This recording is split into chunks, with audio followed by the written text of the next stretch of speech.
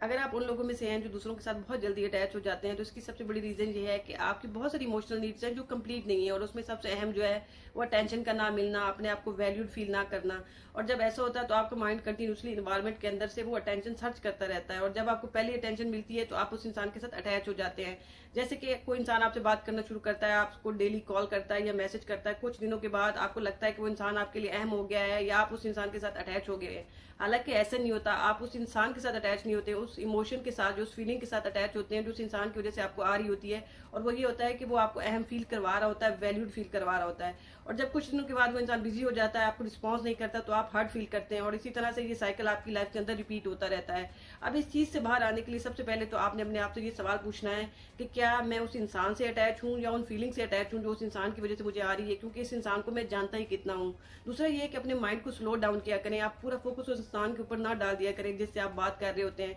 क्योंकि आपके माइंड की आदत होती है कि वो फ्यूचर थॉट क्रिएट करना शुरू कर देता है। तो आपने करना क्या है कि अपना फोकस उसके ऊपर काम रखना है और अपनी फ्यूचर थॉट्स को ब्रेक करना है, क्योंकि आप उस इंसान को अभी इतना नहीं जानते। और सबसे इंपॉर्टेंट बात यह है कि रोज आपने 10 मिनट लेने हैं और अपने इमोशन को लिखना है, अपने ऊपर फोकस करना है और देखना है कि आपका क्या प्रॉब्लम है और आप उसको किस तरह से सॉल्व कर सकते हैं, ताकि आप इस हार्ट होने के लूप में ना फंसे रहें पूरी जिंदगी।